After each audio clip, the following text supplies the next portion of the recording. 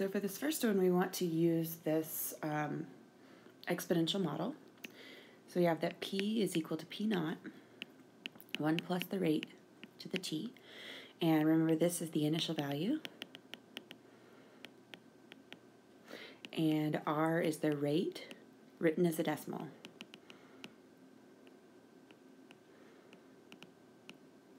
So I can see here that my initial value is this. That's my p naught. And my rate is that, so I want to write that as a decimal, so I'm gonna write that as 0.0128.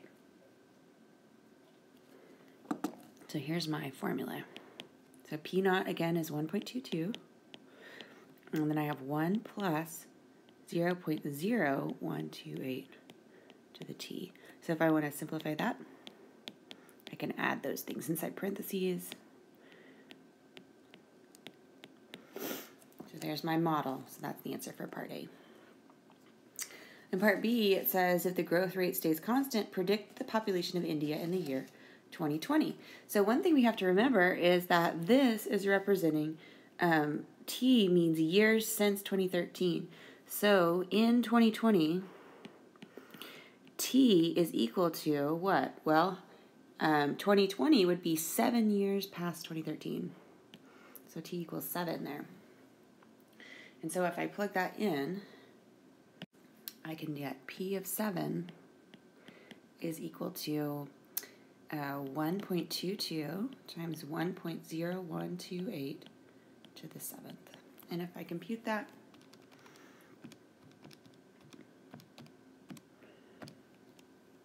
I get 1.333. And what are the units there? Well, the units are going to be the same as the units of P naught. So this is billion people. Okay. And that's the answer to part B. And part C, you want to say, so this is part B, this is part A, and part C says I want to use the formula to find the average rate of change from 2013 to 2015. So I want to do, in other words, the average rate of change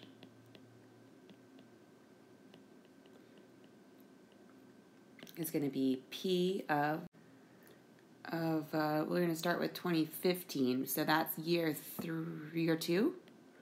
It's 2 years past, so 2015 is 2 years past 2013, minus P of 0, because 2013 is 0 years past since 2013, over 2 minus 0.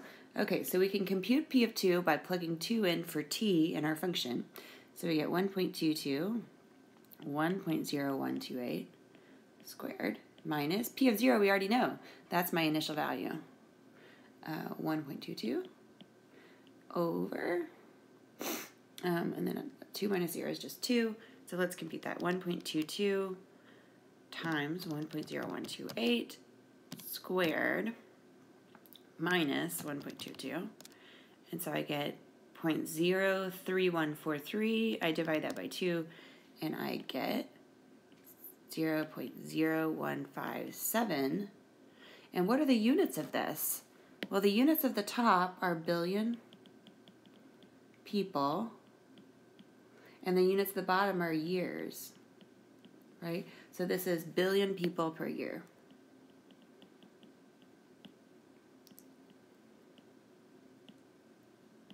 So in other words, it's growing by 0.0157 billion people per year, which is what, 15 million people per year? So,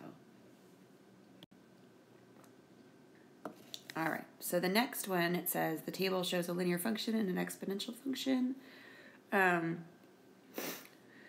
The question, first of all, which one's linear and which one's exponential? So what's the difference here? So let's think about this. So for a linear function, we have a constant rate of change.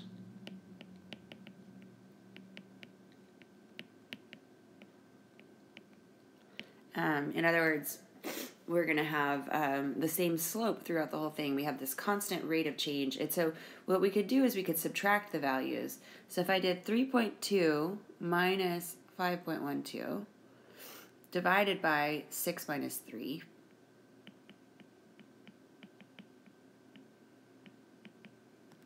I get some value for an average rate of change there.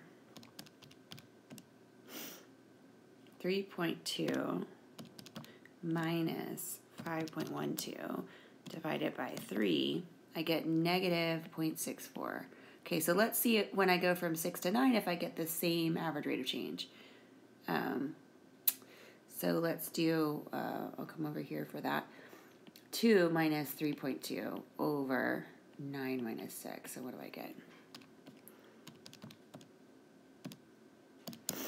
I get negative 0.4. So I can see that f of x does not have a constant rate of change because when I computed those two rates of change, I got two different numbers. So f of x is not linear. Let's just check g of x. G of x. Okay, so if we go here, so I could do 2.45 minus 3.05 over 6 minus 3, and what do we get that? 2.45 minus 3.05, and that divided by 3, I get negative 0.2. And then if I do this one, 1.85 minus 2.45 over 9 minus 6.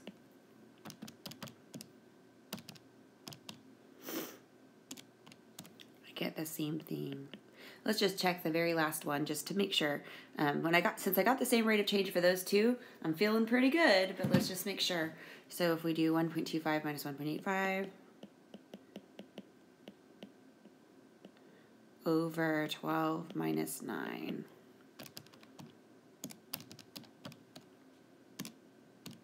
Looking good. I got negative 0.2. So we know g of x is linear. So g of x is linear.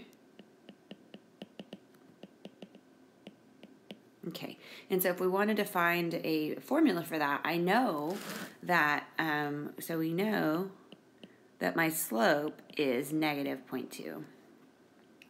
And then I can just pick one of the points on my line and I can plug it in and get the formula. So there are two ways to do this. One way is you can use the point slope form, and the other way is you can use y equals mx plus b. So it's whichever way you want to do. I'll show you point slope form just for this one, but you could also do this with y equals x plus b. So if you have y minus y1 equals m times x minus x1, and so we can put the m in here for the m, and then we can pick one of the points. So I'm just going to use this one maybe, so 3.05 and 3, and we'll plug that all in. So y minus, the y value is 3.05 equals negative 0.2 times x minus, the x value is 3. And really you're basically done at that point unless it asks you to write it in a certain way. So maybe we'll just move that over and we'll write g of x is equal to negative 0.2 times x minus 3 plus 3.05. And we'll call that our function for g. All right, so the next function I want to do is I want to find f of x. Now, we're guessing that f of x is probably exponential because just process of elimination, right? But let's see if we can show it. So how do I show that something is exponential? So what I need to do is so an exponential function has a constant percentage change. Maybe I'll erase that.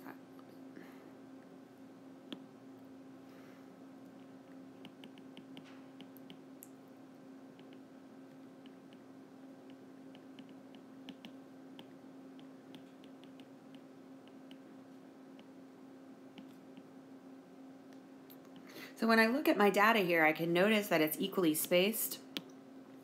And so really what I want to look for is I just want to be dividing these and see what the percent change is. So in other words, I can divide 3.2 divided by 5.12. And I can see that it goes down by 62.5%. Sorry, it goes down by what, 38%-ish, something like that. So this is a percent change over 3 years.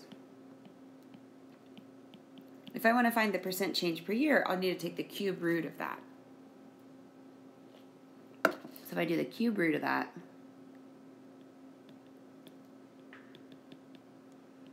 in other words, I could take that 0.625, to the 1/3 power.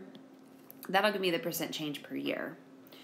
0.8549.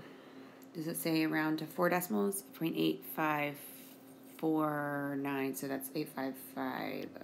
If I round to 4 decimal places. So this is the means that the percent change, if I subtract 1 from that, I get 14.5% decrease per year, or percent change per year. So this means a negative 14.5% change per year. Sorry, that's a 14.5% change per year. Okay. Let's make sure we have a constant percentage change because we didn't actually check that. So if I do 2 divided by 3.2, what do we get? 0.625. And again, that's the percent, it's already written as a decimal. So this is a percent change over 3 years, and then if we do 1.25 over 2, we get 0.625. So in other words, when we divide, we're getting that same number every time. And so how do I put this into a formula? Okay, so what we know is we want to have... Okay, so as I'm thinking about what to do next, I want to use this model, y equals a times b to the x. So I found my b there, right, is this.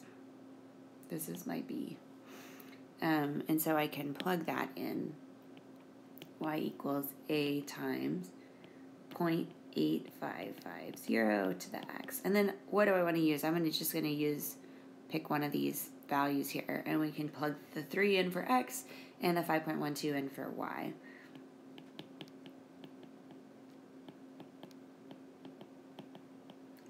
Cubed, and then I can divide that over. So a is equal to 5.12 divided by 0.8550 cubed. And so what do we get? 5.12 divided by 0.8550 to the third, and I get 8.19. 1917.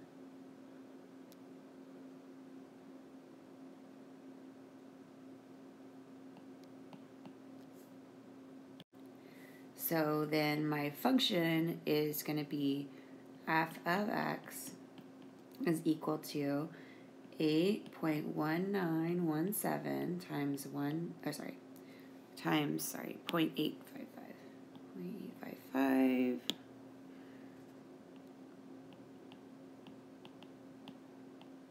to the x. So that's my f of x formula. Okay. I think I'm just realizing that I don't think I ever did part D of number 1, so maybe we'll go back and do that real quick. So part D of number 1, it says, using your formula, by what percent did the population of India increase in the 2-year period between 2013 and 2015? So we're just going to divide.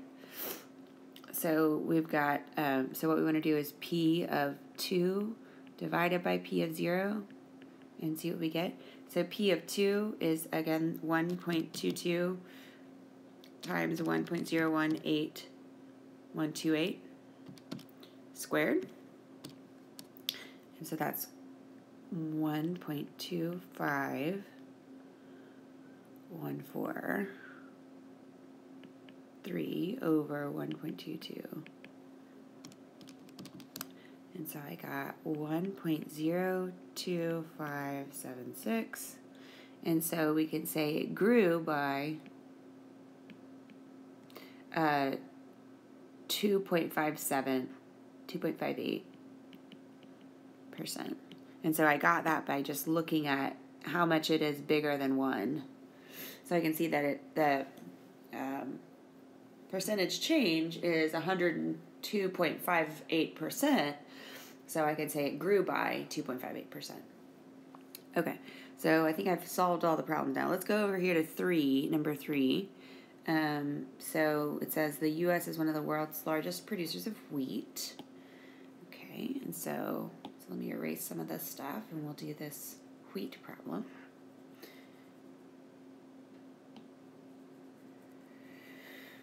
Okay. So, all right. So it says here in 2000, and it produced 60.6 million metric tons in 2014. We have that one. Find a formula for f of t assuming linear growth. Okay. Interpret the slope in terms of wheat production. So if we're going to do this, we want to find the slope. So we'll say m is equal to, well, what are my two variables here? So I have a year and I have an amount of wheat. So we want to do the change in amount of wheat over the change in years. So it's going to tell me amount of wheat per year. So we'll do 55.4 minus 60.6. And what I notice here is that the amount of wheat from 2000 to 2014 goes down. So we would expect our rate of change to end up being negative. And that's over a 14-year period. So we'll do, let's see. Does it want us to do it? Maybe assume that t is the number of years since 2000. It doesn't really say that, but that's probably what we want to do. So we'll do 14 minus 0. Let's say let t be the number of years since 2000. That's probably what is wanted there. Okay, so we can figure out that slope. 55.4 minus 60.6, and then divide that by 14. So I got negative 0.3714, and round the slope to 3 decimal places. Okay, 0.371. So I could delete that guy. And then what are the units of that? So the units are, well, on top it was million metric tons, and on bottom it was years. So this is million metric tons per year. So it's just units at the top per units at the bottom. So that's pretty easy. Okay, and then I want to interpret the slope of your formula in terms of wheat production. And so the slope means that each year the U.S. is producing 0.371 million metric tons less than the previous year on average. Okay, so that's kind of what that means. And then I want to go ahead and I have my initial value. And so if I wanted to write down my my slope y equals mx plus b, this is my b. In other words, this is my initial value. And then this is my m. So I get y equals, f of t is wanting us to use f of t. So f of t equals my slope, negative 0.371 times, and I'm not using x, I'm using t. So it's wanting us to use f of t. So let's see if I can get rid of that. T plus, and then my b is 60.6 because I'm letting t be the years since 2000. So, all right. So that's my answer for part A. So let's do part B. So for part B, it says I want to do the same thing assuming exponential growth or decay.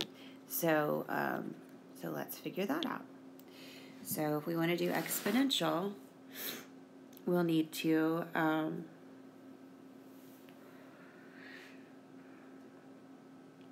divide. So if we do 55.4 divided by 60.6, and then that's over a 14-year period. So what I want to do is I want to take the 14th, I want to take that to the 1/14th, and that'll give me the yearly,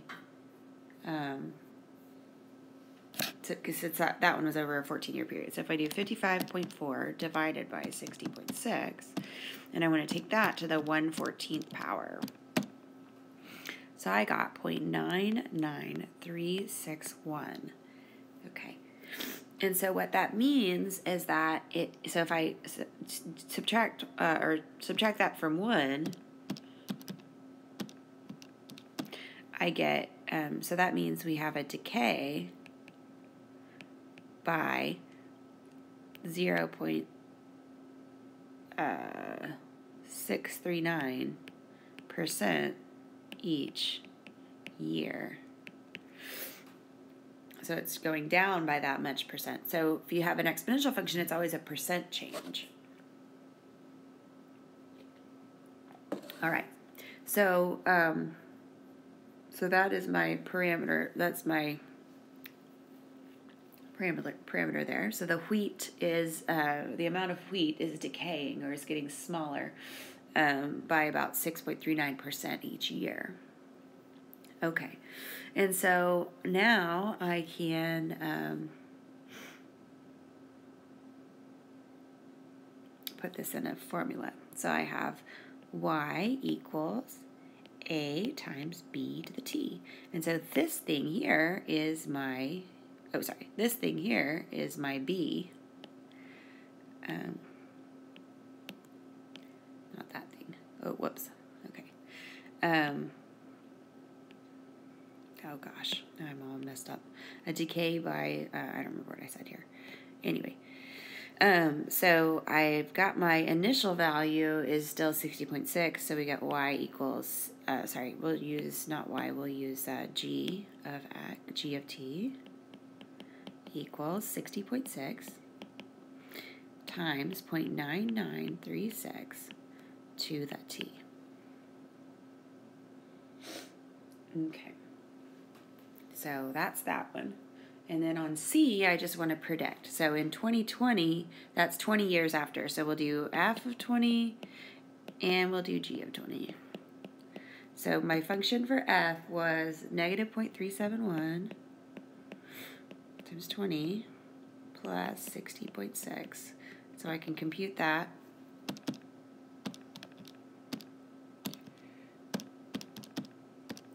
I got 53.18.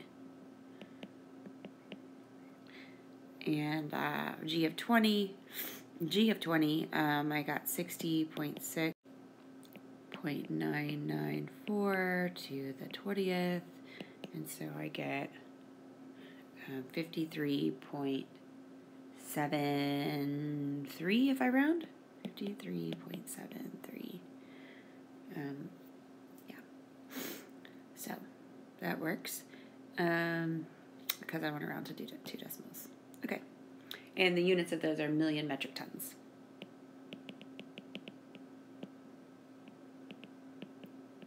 And that's the same for both of them. Okay, the next one I want to find a formula for the exponential function.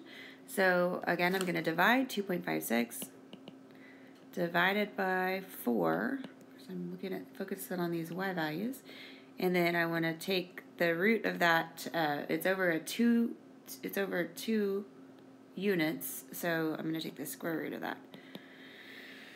Or I could take it to the 1/2 power. 2.56 divided by 4, and then I want to take that to the 1/2 power. I get 0.8. And so I get y equals a times 0.8 to the x, and then I can just plug in one of my points there. So I get 4 is equal to a times 0.8 to the first, and I can divide it over. And if I do a is equal to 4 over 0.8. That gives me 5. So my function then is y equals 5 times 0.8 to the x. So that's my answer.